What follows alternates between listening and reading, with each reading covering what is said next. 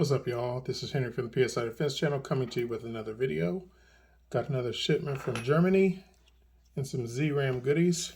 So today I'm going to be featuring on the left the Z-RAM Z.68S.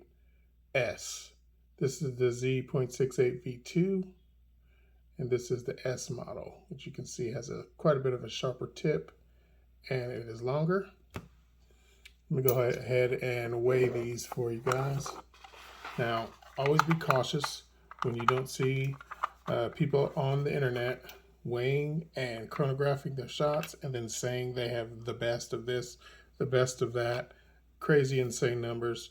These things are super cheap. Chronographs, the yellow buttons are hard to find. There's still a few out there, but they're hard to find. But there's other chronographs and ways to measure. So if they're not testing and weighing rounds and saying they got the best stuff, how can they know they have the best stuff or the most power if they're not chronographing? So they're obviously chronographing, but not showing you. And there's a reason for that. So I have the V2s are 8.37, 8.38, close to 8.5. We'll just call it 8.4 for the sake of this video.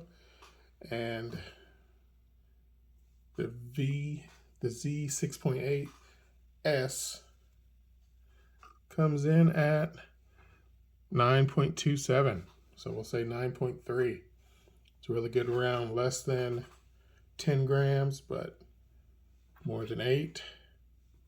A little longer, probably cut through the air a little bit more. And I don't, with it being such a sharp tip, I don't really anticipate needing a ton of power with these in order to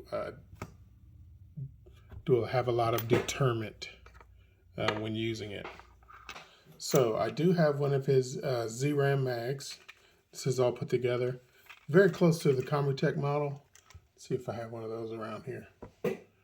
Yeah, it look visually no different than what I expect from Comrotech. I guess the bottom is a little bit different. His adapters are different. It comes with all three sizes. So this can use an 8 gram, a 12 gram, a 16, and a 20 gram, and with the supplied adapters. I do have a mag mode follower in here. Really high quality print, really strong. I don't foresee any problems using this at all. But I will get into testing this at a later date. For this video, HDR68. So I also have one of his printed HDR68 magazines. As you can see, it's got 5 rounds. One came out of here. You need this magazine because with the stock magazines, which this one is, the Z.68S's are going to stick out. See? And that won't allow it to even go into the gun. Where this, on the other hand, his printed magazines have a lot thinner wall there at the back that stops and holds the round and gives it just enough clearance to not be an issue and to go right in. Now, what you have to do, you have to get this metal piece out. Here's the one that my donor mag. You see, I got that little metal piece out. The way I did it, I simply just took an Allen key and kind of rocked it. It's pressed in, so I just kind of rocked it back and forth carefully and slowly, and it came out. And then when I pushed it in here, this is kind of rubbery, so it held it really nice, but I took the plastic end of a screwdriver on my butcher block table here and just kind of made sure I tapped it in really well so it was seated. I believe this is aluminum or maybe cast steel, I'm not sure, but not super strong stuff. So you don't want to give it a whole lot of blows. So that's why I use this plastic. Just kind of tapped it in so it was snug. Now, as you can see, went in fine. I did notice that when you release this, I was having problems with that. And you see it didn't just snap in like it does with the stock mag. So I'll tell you what I had to do. I took this back out and then took this round file, kind of twisted it in, pulled it out, just filed it a little bit. I mean, nothing really serious, but it allowed it to go in quite nicely. I still do have to push it a little bit, but I can put it in and take it out by hand, and cycles really well. And that's loaded, as you can see. So, got a 12 gram CO2 in here. I should have got one of those slap caps that go on the bottom of here, just to make that a little bit easier to load. Got a fresh CO2. I'm just going to test this out, see what kind of joules without modifications this gets. Let's see. I'll go ahead and put this up against some HPs. How's that?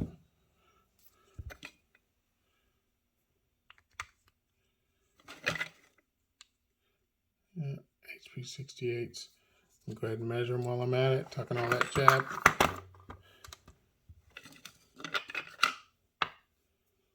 Yep. Got to keep folks honest and less lethal these days. You just unfortunately can't take everybody's word for everything. 7.7, that's a light one. So, oh no, these are all 7.8. I keep thinking 8. Yeah, 7. They're all 7.7. 7.7. 7.7. All right.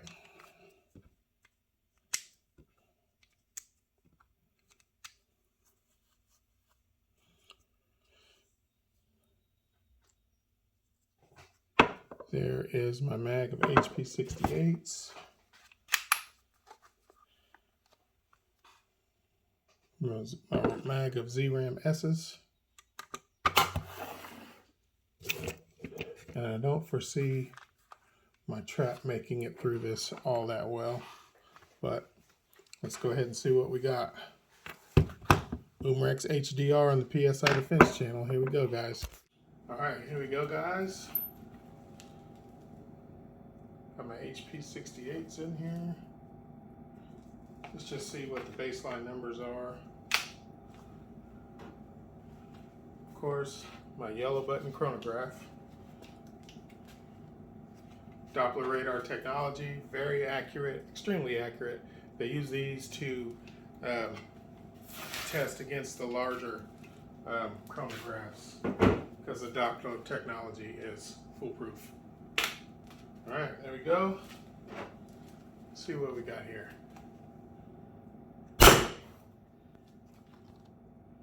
.264.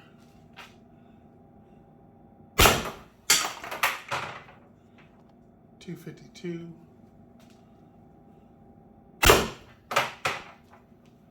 .254.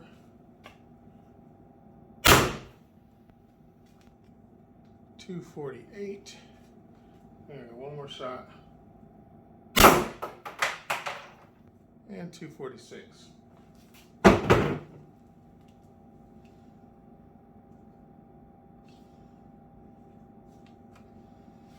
Alright, I thought you can push this red button to degas it. There we go.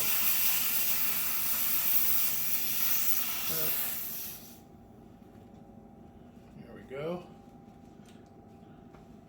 Did I bring the CO2? No, hold on guys. I'm gonna go downstairs. Got the CO2, but I have to get the Allen wrench. That's a pain. Yep, okay, be right back.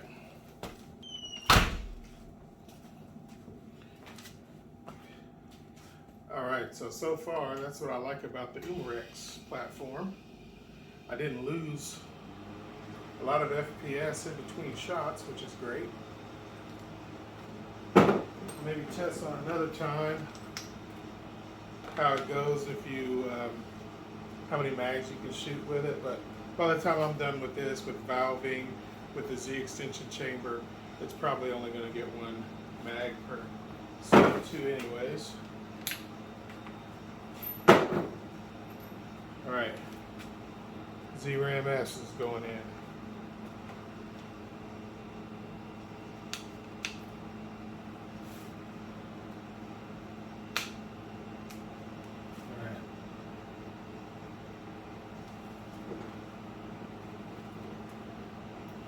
being very cautious because these are very sharp, pointy, and dangerous. Got my eye protection, as you can see. There we go. See, that's why you got to be careful, because that just ricocheted back at me. 220. I didn't hit the fabric. Just being nervous. There we go. 220.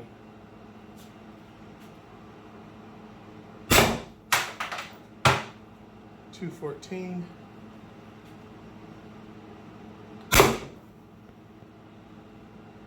$210. That was $210.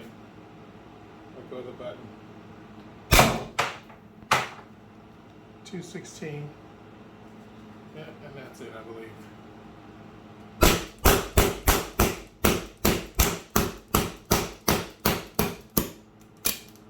So yeah, got about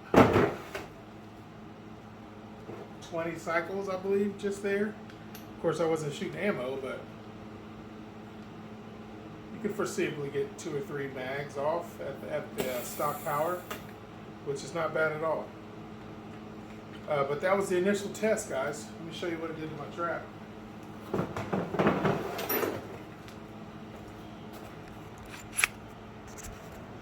Need a whole new Kevlar. Look at that.